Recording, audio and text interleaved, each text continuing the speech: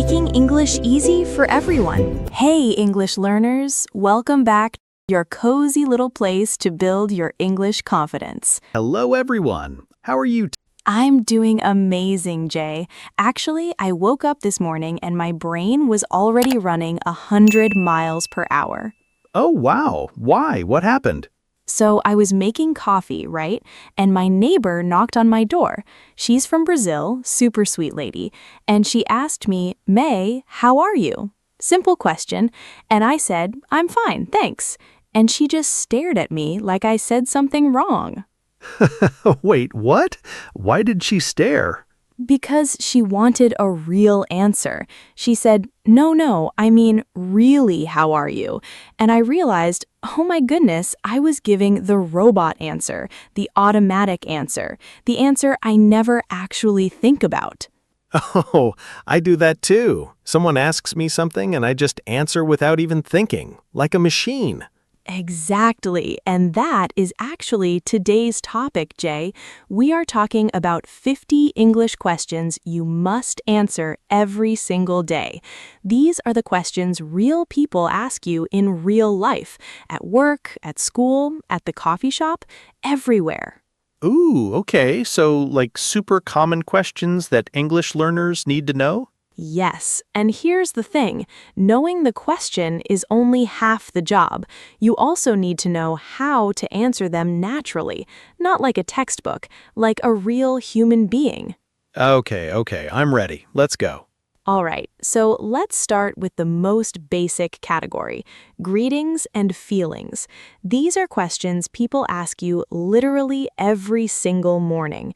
And Jay, tell me honestly, when someone asks you, how are you, what do you say? I say, I'm fine, thank you. Every time. Always the same. See, that's the robot answer. I knew it. Okay, so here's what's actually happening in real life. When someone says, how are you, they want you to connect with them, not just answer.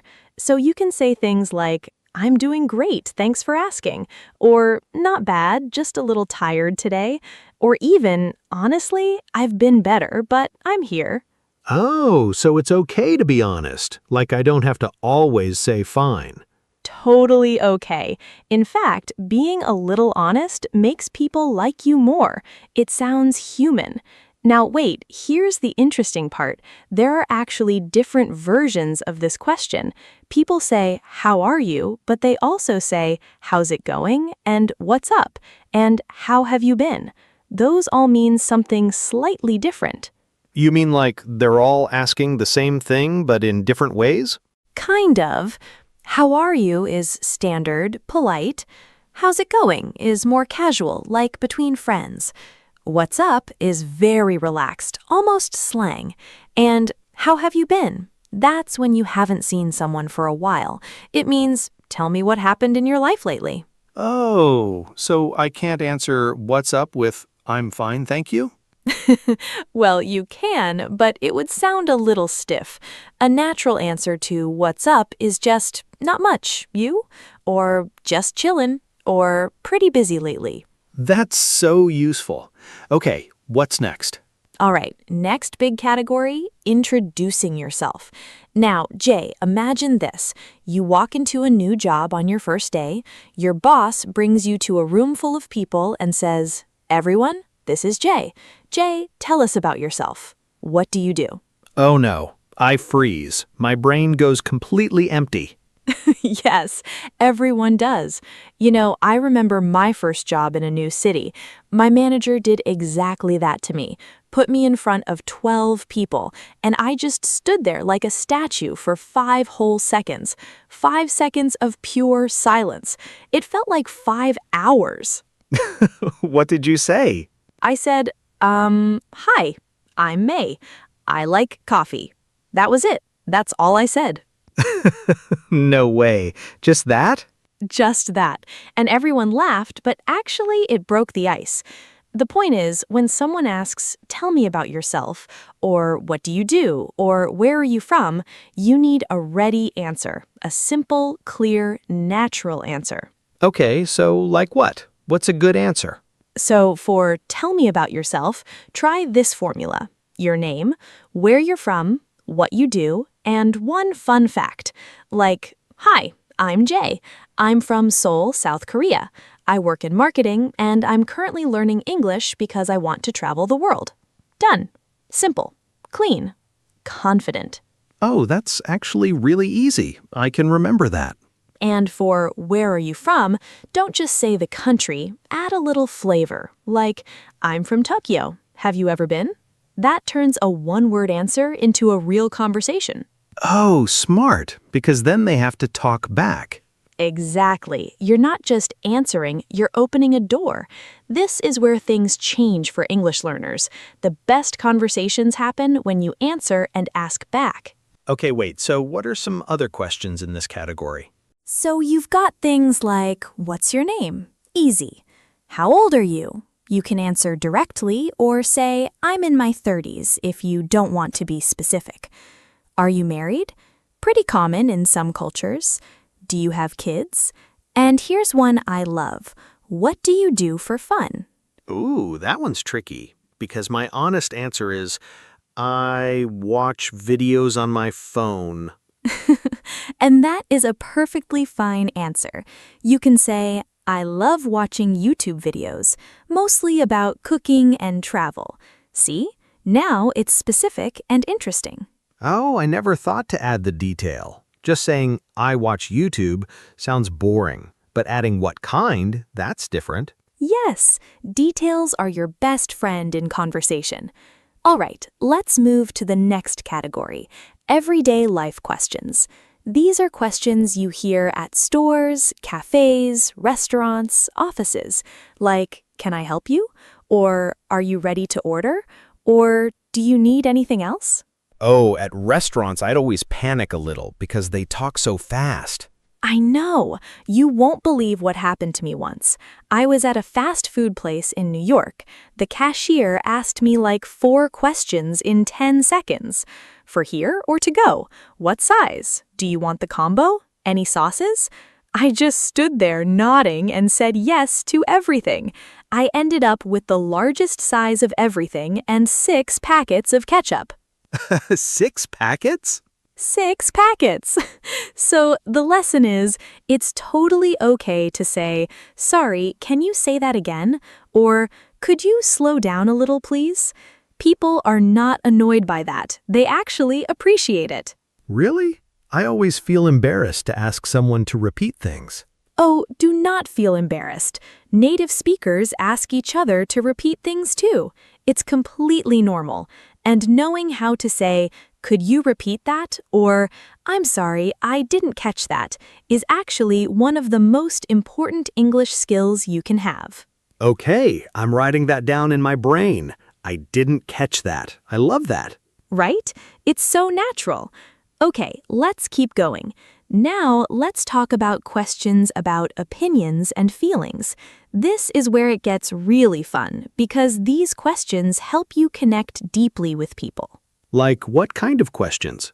Things like, "What do you think about?" or "How do you feel about that?" or "Do you agree?" or "What's your opinion?" These come up in conversations, at work meetings, with friends, everywhere. But sometimes I don't know what to say. Like my English isn't good enough to explain my opinion. Okay, so here's a secret weapon. When you need time to think, use filler phrases.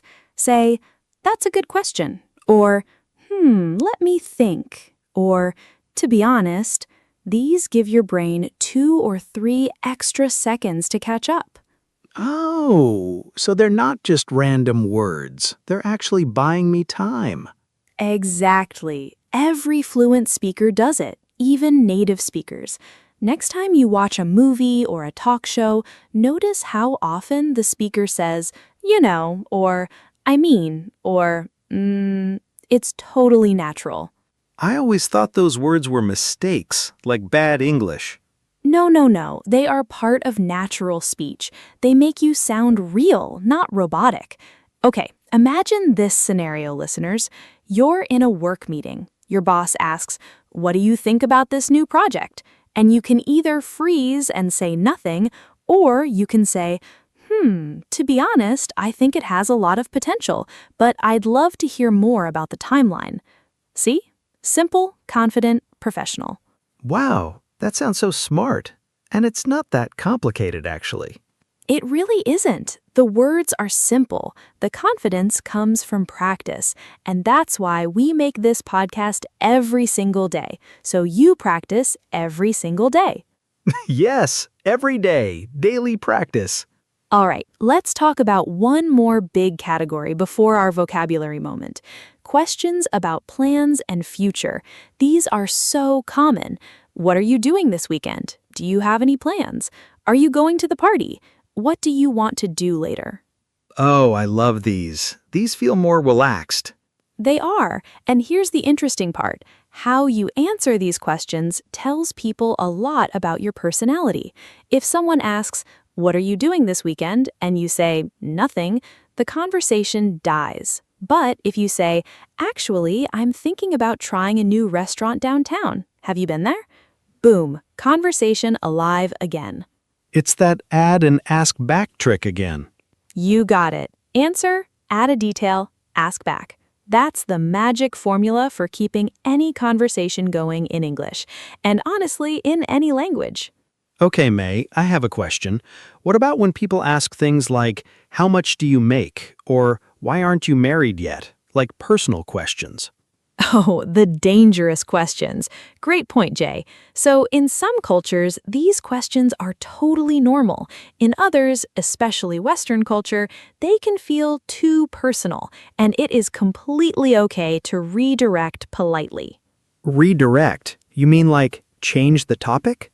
Kind of. You can say, "Oh, I'd rather not talk about that," with a laugh to keep it light. Or, "That's a long story for another day."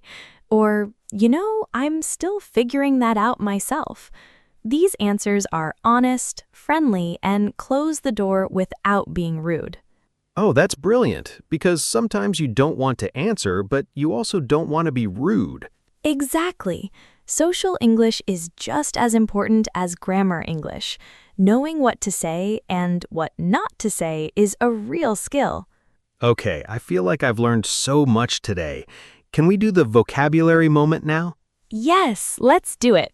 All right, everyone, here are 5 powerful phrases from today's conversation that you can start using right now. Oh, yes, I'm ready. Phrase number 1, "I didn't catch that." This means you didn't hear or understand something. Use it instead of just saying, "What?" which can sound rude. Like, sorry, I didn't catch that. Could you say it again? Perfect. Natural and polite. Phrase number 2, "to be honest." You use this before sharing your real opinion. It makes you sound genuine and thoughtful. Like, to be honest, I'm a little nervous about this presentation. Exactly. It builds trust. Phrase number 3, "that's a long story for another day." Use this when someone asks something personal or complicated and you don't want to get into it right now. Oh, I need this one so much. Like, why are you still single, Jay? That's a long story for another day. Perfect use. Phrase number 4, "not bad, just a little tired." This is a natural, honest answer to "how are you?" that sounds very human and relatable. Yeah, way better than I'm fine, thank you all the time. So much better. And phrase number 5, "what about you?" or "have you ever?" These are your conversation extenders. Use them after your answer to keep the dialogue going. Like, I'm from Korea. Have you ever visited? Or, I love hiking on weekends. What about you? Yes, beautifully done, Jay. Those 5 phrases alone will make your English conversations so much more natural and confident starting today. I love this episode. I feel like I could go talk to anyone right now. That's the goal. And you know what I want everyone to remember today? English conversation is not about being perfect. It's about being present.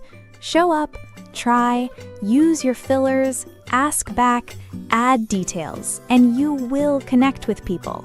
Yes, and don't give the robot answer to "how are you" anymore. Please don't. You are not a machine. You are a human. Answer like one. Okay, before we go, our question for you, listeners. We want to hear from you. What is the question in English that you find the most difficult to answer? Is it tell me about yourself? Is it what do you think? Is it something totally different? Leave your answer in the comments below. We read every single one. And if you want to practice your English every single day, just like this, hit that subscribe button right now, because we drop a fresh new episode every day, just for you. Yes, every day, so don't miss tomorrow's episode. You never know what May is going to teach me next. Something good, I promise. All right, English learners, thank you so much for spending this time with us today. Keep practicing, keep showing up, and remember, every conversation is a chance to grow. See you tomorrow, everyone. Bye-bye. Bye-bye.